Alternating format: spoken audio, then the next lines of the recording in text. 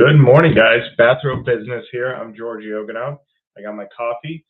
Let's get into the news. I'm doing it a little differently today. I decided to go live for the first time. I think it's a more efficient use of time because pretty much all I do is record the video and then just instantly post it anyway because I want to get you guys the news as quickly as possible. I'm trying this format, going live directly.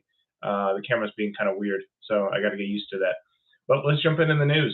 There's actually not too much going on right now, in all honesty. Everybody is just waiting for the Federal Reserve Chair Jerome Powell to publicly say what he's going to be doing with interest rates. So far, we don't know anything. The public sentiment either way seems to be that he's not going to announce anything new today. He's going to hold steady and then potentially lower in the new year. If you've watched my channel before, you will see that I do not believe he's going to be lowering in the new year. I think that there's multiple factors of why he will not, but we will see. That's still at least 6 months away, even by the most liberal predictions. Let's take a look at the market. It is up a little bit. Dow Jones is at 37,000. S&P is at 4,700. NASDAQ is at 16,632. Oil is down again, which is good. So oil is at a new number that I have not yet reported. It's at 68.93 a barrel.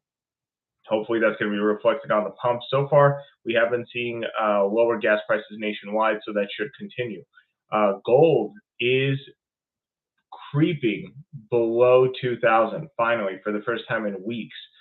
This is very good news. As if you watched my channel before, you'll also know that I use gold as a thermometer on the economy. If gold is down, the economy is doing good. If gold is up, that means the economy has a temperature. Something is going wrong.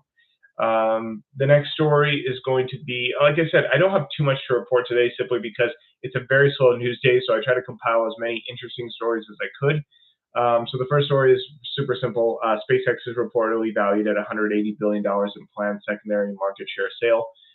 If you watched my channel a couple of days ago, I talked about how SpaceX is currently valued at $175 billion. It has been modified to $180 billion and modified from $95 a share to $97 a share. This is internal. This is not public, so this is just for distribution of internal stocks, rewards, stock options, things like that. So this is entirely for internal use. SpaceX is still not a public company. Many say that when SpaceX does go public, it will not only make Elon Musk the richest man on Earth again, it will cement him because he will be so much higher than any other billionaire on Earth. Between Tesla, SpaceX, and all of his little side projects, he will be head and shoulders above anybody else. So we will see. That will happen someday, but we don't know when. Some bad news for Elon Musk, the counter, is Tesla recalls more than 2 million cars in the U.S. in order to fix the autopilot issues that they've been having. Not great, especially since he's still having production issues with the Cybertruck, but we'll see what happens with that. The story of the day is the COP28. It's a climate summit with over 200 different countries, 200 different representatives from major countries, all making a commitment to cut out fossil fuels. This is essentially a feel-good story because from everything that I could research, this means absolutely nothing. It's a lot of grandstanding. It's a lot of people proclaiming that we should cut ties with fossil fuels, and more than likely, nothing is going to happen in that regard. There is no commitment. There are no penalties. There are no regulations being passed. This is just a proposal of how things should be. So the biggest story of the day is a dud. Nothing is going to happen. Back to mortgages. Mortgage refinances jumped again. So last week I reported they were up 14%. Now they're up 19%. And mortgage rates are decreasing again. So they are now down from to 7.07%. Down from 7.17%. This is, again, lower than what it was previously. I believe the last numbers I reported to you, they fell from 7.3%. So it's continuing to drop, and we might see below 6 interest rates if this does continue.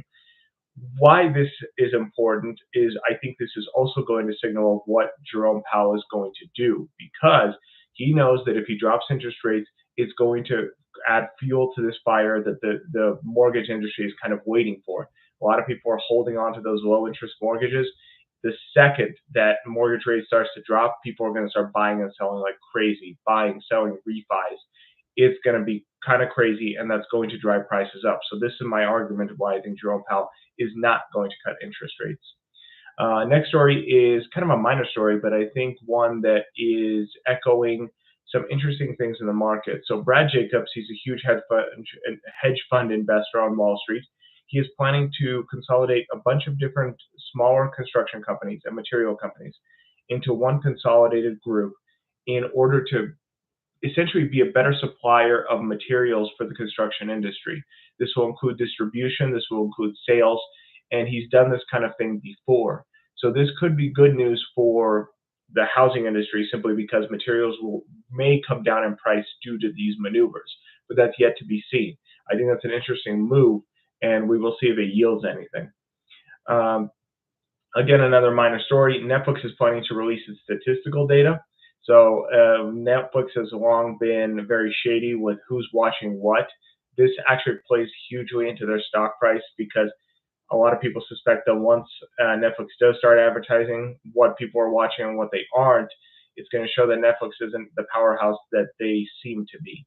But they said that they will be publishing a report every 6 months of what the rating scores are and what viewership is per show. Last story of the day, Google's loss to Epic, the one I reported on yesterday, probably won't mean much. It looks like it's going to be tied up in appeals for several years to come. So until something breaks there, probably no change in antitrust laws like I reported yesterday. So a bit of a disappointment for me because I was hoping that this would mean a little bit of a change in antitrust and we could see some moves against Apple. It's probably not going to happen anytime soon. That's pretty much the last story of the day, guys. It's going to be short and sweet today. I got to get to work. Hope you guys have a great day. I'll see you guys tomorrow.